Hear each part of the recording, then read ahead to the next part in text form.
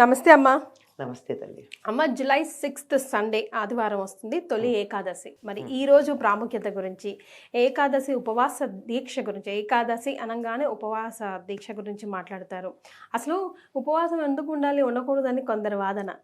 అసలు ఏం చేయాలంటారు ఆ రోజు, చెప్పరా? మీరు ఇన్ని ప్రశ్నలు అడిగారమ్మా. ఎన్నో అడిగారు. మరే మనం ఇవన్నీ అప్పుడప్పుడు చెప్పుకున్నవన్నీ కూడా కలిపి ఒక్కసారి సమాహారంగా చెప్పుకుని ఇవన్నీ చెప్పుకున్నాం. అవును. ఇప్పుడు తొలి ఏకాదశి ఏమిటి, అసలు ఏకాదశి ఏమిటి? ఏకాదశి అన్న పదానికి 11 కలిగింది అని అర్థం.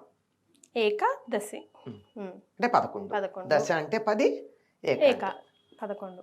ఈ ఏకాదశి అనేది మనకుండే తిథుల్లో 11 చంద్రకళలు కలిగినటువంటి తిథికి ఏకాదశి అని పేరు. రోజుకొక కళ ఉంటుంది కదా, అలా 11 కలిగింది. అందుకని ఏకాదశి నాడు చంద్రుడికి 11 కళలు ఉంటాయి. పాడ్యమి నాడు ఒకటి ఉంటుంది, అలా విధియ నాడు 2, అలా వచ్చి దశమి నాడు 10. తెలుస్తోంది కదా దశమి ఏంటి 10 అని. అలాగే పూర్ణిమ దగ్గరికి వచ్చేటప్పటికి 15 కళలు పూర్తిగా ఉంటాయి. కానీ ఈ 15 కళల్లో కూడా ఈ 15 కళలకి కలిపి నిత్యం అమావాస్య నాడు కూడా ఉండే నిత్యా కళతో కలిపి 16 అవుతాయి.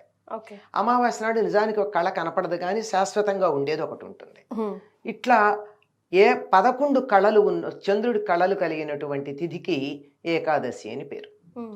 దీనికి ప్రాధాన్యం ఏమిటంటే, మనం జాగ్రత్తగా గనక గమనించినట్టయితే భూమిని కింద ఉండే భూ అక్షంగా తీసుకున్నట్టయితే, జీవుణ్ణి ఇలా నిలువుగా ఉండే అక్షంగా గనక తీసుకున్నట్టయితే పూర్తిగా లంబకోణంలో ఉంటుంది ఆ రోజు. జాగ్రత్తగా గమనించినట్టయితే భూమి శరీరం, ఆత్మ సూర్యుడు, భూమి సూర్యుడు లంబకోణంలో ఉంటారు. అన్నప్పుడు ఏమిటి, ఈ శరీరం నుండి ఆ జీవ ప్రజ్ఞ ఊర్ధ్వముఖంగా ప్రయాణం చేయడానికి నేరుగా వంకర తిరగకుండా సూటిగా పైకెళ్ళడానికి వీలు. కనుక ఆనాడు ఏది చేసినా మన ఊర్ధ్వముఖ ప్రయాణం తేలిగ్గా, హాయిగా, సుఖంగా సాగుతుంది. ఈజీగా డెస్టినేషన్. పైగా ఏకాదశి అంటే 11 కదా, ఆ రోజు 11 ఇంద్రియాలు ఏకోన్ముఖంగా ఉంటాయి. 5 జ్ఞానేంద్రియాలు, 5 కర్మేంద్రియాలు, వీటి మీద పెత్తనం చేసే మనస్సు ఈ 11 ఒకే మార్గంలో ప్రయాణం చేస్తాయి ఉంటాయి.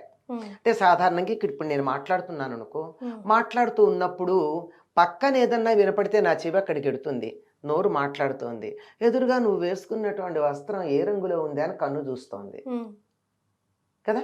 అన్ని సందర్భాల్లోనూ మనం గమనించాం.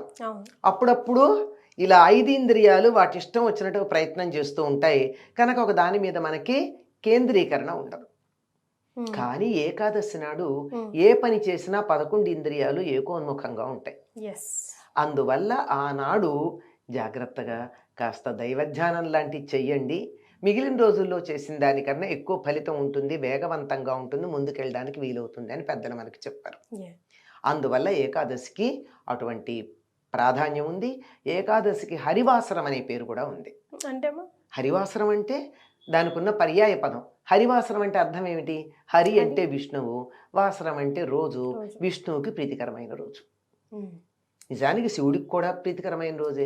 మన కార్తీక మాసంలో ఏకాదశులు శివుడికి అభిషేకాలు చేస్తాం, పైగా ఏకాదశ రుద్రాభిషేకాలు చేస్తాం ఏకాదశ వారం.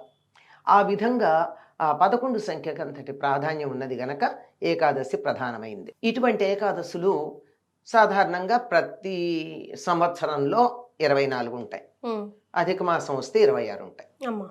ఈ 24 ఏకాదశుల్లోనూ 8ంటికి ప్రాధాన్యం ఉంది.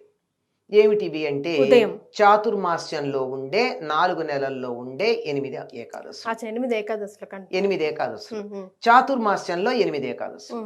అందులో చాతుర్మాస్యంలో వచ్చే మొదటి ఏకాదశిని తొలి ఏకాదశి అన్నారు.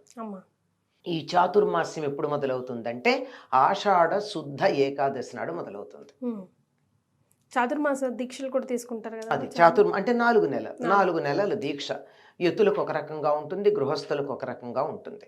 అంటే ఆహార నియమాలు, వ్యవహార నియమాల్లోనూ కొన్ని నియమాలు పాటిస్తారు. యతులైతే ఎక్కడికి కదలకుండా ఉంటారు, సన్యాసులోను.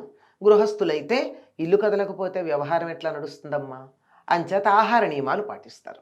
అమ్మా. కొన్ని రకాలైనటువంటి నియమాలు, ఒక్కొక్క నెల ఒక్కొక్కటి తినము అని చెప్పి, ఒక నెల కూరలు తినరు, ఒక నెల పాలు తినరు, ఒక నెల పెరుగు తినరు, ఇలా రకరకాల నియమాలు ఉంటాయన్నమాట. నియమాలు పాటిస్తూ ఏకభుక్త అంటే ఒకసారి భోజనం చేయడం, ఇలాంటి నియమాలు ఉన్నాయి. ఇది గృహస్థులు పాటించే నియమాలు.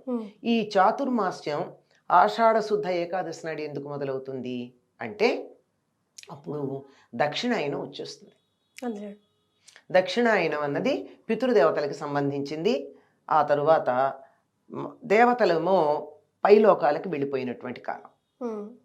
అందుకని ఈ కాలంలో విష్ణువు కాలస్వరూపుడు. కాలస్వరూపుడైనటువంటి శ్రీ మహావిష్ణువు యోగ నిద్ర ముద్రితుడు అవుతాడు. యోగ నిద్రలో ఉంటాడు. మన నిద్ర కాదయింది, మనలాగా మూఢ నిద్ర మోహ నిద్ర కాదయింది, యోగ నిద్ర. ఆ యోగ నిద్రలో ఉన్నప్పుడు ఎక్కువగా సాధనకే యుతులు తమ కాలాన్ని వినియోగిస్తారు. అందుకే ఇక్కడి నుంచి నియమపాలన చేస్తూ ఉండడం జరుగుతుంది. దీనికి ఈ మొదటి ఏకాదశి అన్న ఉద్దేశంతో తొలి ఏకాదశి అన్నారు. కానీ దీనికి శయన ఏకాదశి అని కూడా పేరు. శయన ఏకాదశి అంటే శ్రీ మహావిష్ణువు యోగ నిద్రకి తరలి వెళ్ళేటటువంటి రోజు. ఆ రోజు ఆయన విశ్రాంతి తీసుకోవడానికి తన అంతఃపురంలో పడక గదిలోకి ఎత్తాడు అని, అంటే మన మాటల్లో చెప్పుకోవడానికి. మన ఇళ్లలాగా ఇల్లు ఉంటుంది, ఆయనకు ఒక పడక గది ఉంటుందని కాదు, మనకు అర్థం అవడానికి ఒక రూపం కల్పన చేసుకుంటే అర్థం అవుతుందని అలా యోగ నిద్రకి వెళ్ళేటటువంటి రోజు గనక ఆయన మరీ మరీ విసిగించకుండా ధ్యానం చేస్తూ ఆయనకి విశ్రాంతి కలిగేటటువంటి ఉపచారాలు చేసుకుంటూ ఉంటాం.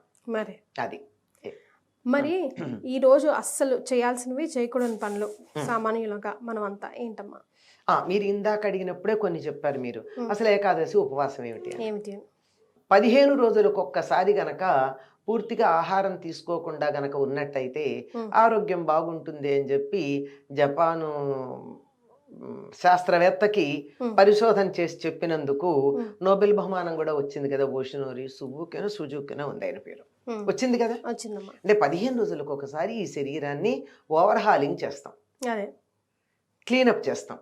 అప్పుడు అది మళ్ళీ చక్కగా ఉత్తేజితమై చాలా చురుకుగా పనిచేయడానికి వీలవుతుంది. అంటే నేనంటూ ఉంటాను, ఎప్పుడన్నా చాలాసార్లు చెప్పాను అనుకోండి, ఇంకొక నోబెల్ బహుమానం తెచ్చుకోదలుచుకున్న వాళ్ళు ఎవరైనా ఉన్నట్టయితే ఈ బయోటెక్నాలజీ అంటారు ఏదో ఆ సబ్జెక్ట్లో, ఏకాదశి నాడు చేస్తే ఎందుకు ఎక్కువ ఫలితం అనే దాని మీద చేసి కూడా తెచ్చుకోవచ్చు. అది వాళ్ళు చెప్పింది కూడా 15 రోజులకు ఒకసారి కదా. మనం ఏకాదశి అనుకున్నాం, అలా పెట్టుకున్నాం. అది ఎందుకంటే శరీరం ఎప్పుడూ కూడా పని చేయించి అలసిపోతూ ఉంటుంది కనుక అప్పుడప్పుడు దానికి విశ్రాంతి ఇవ్వాలి.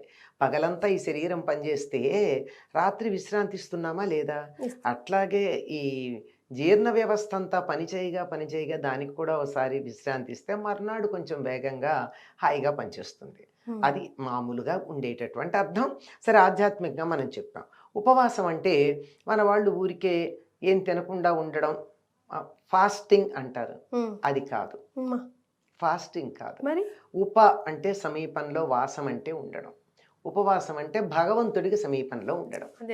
అంటే మనం తినడం మానేసి కూర్చుని నిద్రపోవడం, ఇంకా ఏదో బానే ఉంది కదా పుస్తకాలు చదువుకుందాం, బట్టలు చదువుకుందాం అని చేస్తే కాదు అది. ఆ సమయం అంతా కూడా భగవంతుడికి సమీపంలో ఉండాలి. ఎందుకు అప్పుడు ఉండాలి అని చెప్పారంటే, చెప్పాను కదా, 11 ఇంద్రియాలు ఏకోన్ముఖంగా ఒకే వైపుకు ఉండేటటువంటి కాలం గనక మనం కంటితో చూస్తూ, చెవితో ఇంకేదో వింటూ, మనసు ఇంకేదో ఆలోచన చేస్తూ కాకుండా మనం రామ అన్నాం అనుకో, మన పంచేంద్రియాలు అక్కడే ఉంటాయి, అప్పుడు ఫలితం ఎక్కువ కదా. అందుకని ఏకాదశి నాడు భగవంతుని యొక్క సమీపంలో ఉండడం అని అర్థం. దానికోసం ఆ రోజే మనం భోజనం చేయకుండా ఉంటే ఉండే సుఖం ఏమిటంటే, వండుకునే పని లేదు, తినే పని లేదు, కడుక్కునే పని లేదు, అరిగించుకునే పని కూడా లేదు. చాలా పెద్ద పని కదా అరిగించుకోవడం. ఏదన్నా తిన్నాక ఇలా కూర్చుంటే నిద్ర వస్తుంది కదా. నిద్ర రాకుండా ఉండాలి అంటే కొంచెం తక్కువ తినాలి. అసలు మానేయమని చెప్పలేదు, కొంచెం తినమన్నారు. అంటే మన లెక్క ప్రకారం. కానీ ఆరోగ్య దృష్ట్యా చెప్పినట్టయితే 15 రోజులకు ఒకసారి పూర్తిగా మానేయమని వాళ్ళు చెప్పారు. అలా ఉండగలిగితే మంచిది. లేకపోయినట్టయితే ఈ రోజుల్లో చాలామందికి నిద్ర లేస్తే ముందు మంచినీళ్ళ కన్నా ముందు మందులు వేసుకోవడం అవసరం. అటువంటప్పుడు మరి వాటికి తగినట్టుగా ఏదో కొంత ఉప ఆహారం. ఉపాహారం అంటే ఇంత తిన, మరి ఇంత కాదు, కొద్దిగా శరీరం నిలబడడానికి ఆ మందుకు అడ్డంగా. మరి పూర్వం అనేవాళ్ళు మంచినీళ్ళకి అడ్డంగా ఏదైనా నోట్లో వేసుకునేవారు. అట్లా ఈ మందుకు అడ్డంగా అంతవరకే వేసుకుని పాలు, తేలికగా అరిగేటటువంటి పళ్ళు తీసుకోవచ్చు. తొలి ఏకాదశి నాడు మాత్రం ప్రత్యేకంగా ఆ రోజు నైవేద్యం పెట్టవలసినది, తినవలసినది కూడా చెప్పింది ఏమిటంటే పేలపిండి. పేలపిండమ్మా. మొక్కజొన్నల్ని చక్కగా వేయించి పేలాలుగా వాటిని పూర్వం దంచేవాళ్ళు, ఇప్పుడు మరో రకంగా కూడా మెత్తగా చేసుకోవచ్చు. పౌడర్ దాంట్లో బెల్లం వేసి ఆ బెల్లంతో కలిపి దాన్ని మాత్రమే తిని ఉండేవారు. ఎక్కువ బలం, ఎక్కువ ఎనర్జీ ఇస్తుందేమో. అంతే. ఇంకో నా ఊహ ఏమిటంటే, ఇది నా వ్యక్తిగతమైన ఊహ. అప్పటిదాకా జ్యేష్ఠ పౌర్ణమికి కదా ఏరువాక సాగుతారు. ఏరువాక సాగి అన్ని పొలాలన్నీ దున్ని పెట్టుకుంటారు జ్యేష్ఠ పౌర్ణమికి.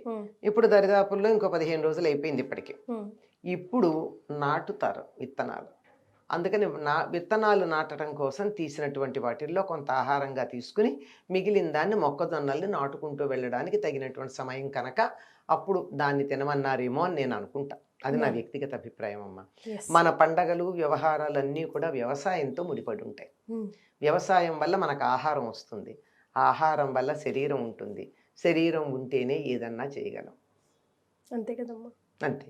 అందుకని దీంతో చాలా బాగా ముడిపెట్టి ఆరోగ్యకరమైన శరీరం ఉండడానికి, ఆరోగ్యకరమైనటువంటి పంటలు పండాలంటే దానికి తగినటువంటి నియమాలు ఏం పాటించాలో అవి పండగలతో ముడిపెట్టి మనకు చెప్పారు. రైట్. అది. సో ఇప్పుడు వరకు మనం తొలి ఏకాదశి అంటే ఏం తినాలి, ఏం తినకూడదు, ఏం చేయాలి, ఏం చేయకూడదు ఒక కోణంలోనే చూసాం. కంప్లీట్గా ఈరోజు ఇంకో కోణంలో అసలు విశిష్టత, ప్రాముఖ్యత ఏంటి, ఎందుకు చేయాలి, ఎందుకు చేయకూడదు, ఈవెన్ సైంటిఫిక్గా కూడా టచ్ చేసి చెప్పారు. చాలా సంతోషం అమ్మ, ధన్యవాదాలు.